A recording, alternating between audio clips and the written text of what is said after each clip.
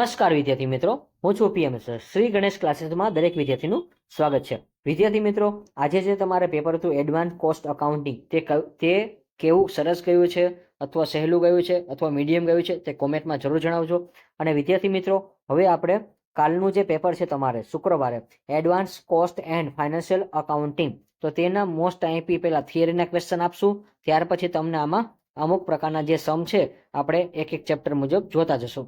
તો ખાસ તમારે વિડીયોનો અંત સુધી જોવાનો છે.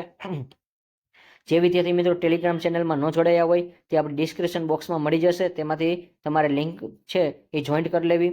અને હા, સાથે તમને એમાં 10 સવા 10 થશે તો તમને પેપર પણ મળી જશે. એટલે પ્રેક્ટિસ પેપર છે વિદ્યાર્થી મિત્રો. આ એક સેમ્પલ પેપર આપું છું, કારણ કે એવું નથી કહેતું કે આ દાખલા આવી શકે છે. પછી એડવાન્સ કોસ્ટ એન્ડ ફાઇનાન્શિયલ અકાઉન્ટિંગનું જે પહેલા થિયરીના ક્વેશ્ચન છે એ આપણે જોઈ. Types of branch marking, bench marking ના પ્રકાર. પછી આવશે question number 2, advantage of bench marking. Bench માર્કિંગના ફાયદા તો મહત્વના રહેશે, એટલે બીજું ક્વેશ્ચન છે ઇમ્પોર્ટન્ટ છે.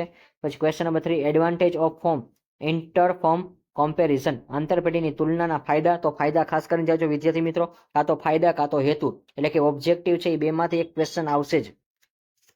પછી question number 4, importance of balance score card. Balance score કાર્ડનું મહત્વ છે. ત્યાર પછી ક્વેશ્ચન નંબર 5, હમણાં ઉપર જ કીધું હતું વિદ્યાર્થી મિત્રો, ત્યાં આપણે ઇમ્પોર્ટન્સ હતું, અહીંયા આપણે objective of inter form comparison, આંતરપેઢીની તુલનાના હેતુઓ છે. અને ત્યાર પછી question number 6, pre requisite to implement uniform costing. સમાન પડતર પદ્ધતિના અમલ માટે આવશ્યક પૂર્વ શરત. તો ક્વેશ્ચન નંબર 6 છે એ પણ મોસ્ટ ઇમ્પોર્ટન્ટ રહી શકે છે. ત્યાર પછી આપણે આગળ વાત કરી વિદ્યાર્થી મિત્રો, તો તમારા સમની વાત કરી. તો આ સમ છે તમારે 20 માર્કમાં આવી શકે છે. Budget production of Nupur co is 40,000 unit which actual production is 45,000 unit. તો યુનિટ છે વિદ્યાર્થી મિત્રો, યુનિટ ઉપરથી દાખલો ગણો છે. પછી out of which 38,000 unit were sold, અને સેલિંગ પ્રાઇસ પર યુનિટ કેટલા છે, 100 રૂપિયા રાખેલા છે. તો આ ડિટેલ્સમાં તમારે આને એકવાર સમજવાનું છે વિદ્યાર્થી મિત્રો. ખાસ તમારે એકવાર શું કરવાનું છે, રીડિંગ કરવાનું છે 2-3 વાર, સમને સમજો. પછી તમે શું કરવા માંગો છો એ ઓટોમેટિક તમને આઈડિયા આવી જશે. તો વિદ્યાર્થી મિત્રો આનો સ્ક્રીનશોટ તમે લઈ લેજો, એટલે તમને આરામથી દાખલામાં ખબર પડી જશે. તો લાસ્ટમાં જે માર્જિનલ કોસ્ટ છે એ નથી આવતું બરાબર, એટલે જોઈ લેજો વિદ્યાર્થી મિત્રો. માર્જિનલ કોસ્ટ એક યાદ રાખવું પડશે, અને એ તો તમારે સોલ્વિંગ ધ પ્રિપેર બનાવવાના છે એટલા માટે.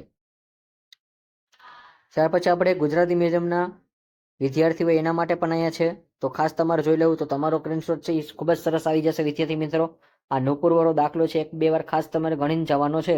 તમે સ્ક્રીનશોટ લો છો, તમને આરામથી એ રકમ છે તમારી બુકમાં મળી જ જશે, જે તે બુક હશે તમારી પાસે રેફરન્સ બુક તેમાંથી.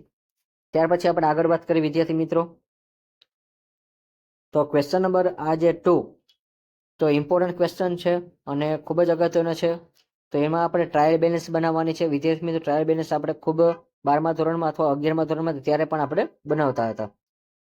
તો એના માટે અહીંયા ડેબિટ ક્રેડિટ આપેલું છે. ત્યાર પછી આપણે સ્ક્રીનશોટ લેતા જજો વિદ્યાર્થી મિત્રો. એમાં વધારાની જે પર્ટિક્યુલર્સ વિગત છે એ તમને આપેલી છે.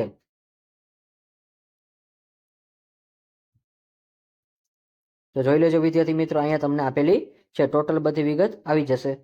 લાસ્ટમાં કીધું છે prepare necessary account as per the integrated method and also prepare trial balance. જો ઇન્ટિગ્રેટેડ મેથડ કીધું છે તો એ જ મેથડ તમારે કરવાની છે. ત્યાર પછી ગુજરાતી માધ્યમના જે વિદ્યાર્થી હોય છે એના માટે પણ અહીંયા સેમ દાખલો જ છે, તો તમારે પણ એકવાર સ્ક્રીનશોટ આનો લઈ લેવો. 6,50,000 છે એ બધાને ખબર જ પડી જશે સ્ક્રીનશોટ લેશો તોય. અને આ પીડીએફ છે તમને કાલ સવારે મળી જશે. ત્યાર પછી આપણે માલ સામાનની ખરીદી છે, ઉત્પાદનમાં આપેલ માલ સામાન છે, આ બધા તમારે વિગત વાઇઝ તમારે જે જે ખર્ચામાં આવતું હોય એ બધું ખર્ચામાં લખવાનું છે, એટલે ખાસ તમારે જોવાનું છે. અને એમાં સંકલિત હિસાબ પદ્ધતિ મુજબ ખાતું તૈયાર કરવાનું છે, કાચું સરવૈયું. ત્યાર પછી લાસ્ટ સમ આપણે વાત કરી, સમ નંબર 3 જે તમારે પરીક્ષામાં પૂછાવાનો છે, the balance in cost ledger of અમન. તો લેઝર અકાઉન્ટ કેવું હશે, એટલે કે અમનનું તમારે બનાવવાનું છે. તેની જે વિગત છે એ ખાસ તમારે જોઈ લેવી. પછી follow word the transaction during the year. એમને સેલ્સ આપેલું છે, સેલિંગ ડિસ્ટ્રીબ્યુશન એક્સપેન્સ આપેલા છે. આ બધા એક્સપેન્સ ખાસ તમારે વિદ્યાર્થી મિત્રો આવડતા જ હોય છે એટલે. અને લાસ્ટમાં તમને કીધું છે necessary account in the cost of the ledger for the year 2018-19 also prepare the trial balance. ત્યાર પછી આપણે આગળ વાત કરીએ ગુજરાતી માધ્યમના જે વિદ્યાર્થી હોય છે એના માટે ખૂબ ઇમ્પોર્ટન્ટ સમ હોઈ શકે છે એવો.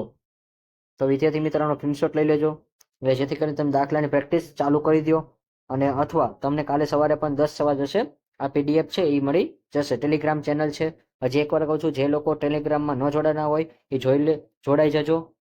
અને જે વિદ્યાર્થી આપણી ચેનલ ઉપર ફર્સ્ટ ટાઈમ આવેલા હોય એ આપણી ચેનલને સબસ્ક્રાઇબ કરી દેજો. અને ઘણા બધા બીકોમના વિદ્યાર્થીઓ કહેતા હતા, સોરી બીબીએના વિદ્યાર્થી કહેતા સર અમારું પણ આઈએમપી આપજો, તો આઈ વિલ બી ટ્રાય કરીશું. પછી પડતર ખાતા વહીમાં જરૂરી ખાતા અને 31/3/2019 રોજ કાચું શરૂ તૈયાર કરો. તો વિદ્યાર્થી મિત્રો આ વિડીયો છે અહીંયા પૂરો થશે. આશા રાખું છું કે આમાંથી તમને ખૂબ જ ઇમ્પોર્ટન્ટ રહેશે.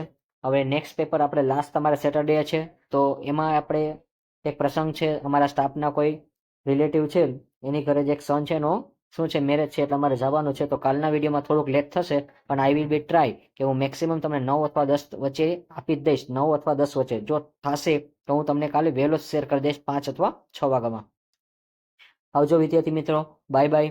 આવતીકાલે આપણે નવા ટોપિકના સાથે મળતા રહેશું. ત્યાં સુધી આવજો, અને આવતીકાલના પેપર માટે બધાને બેસ્ટ ઓફ લક છે.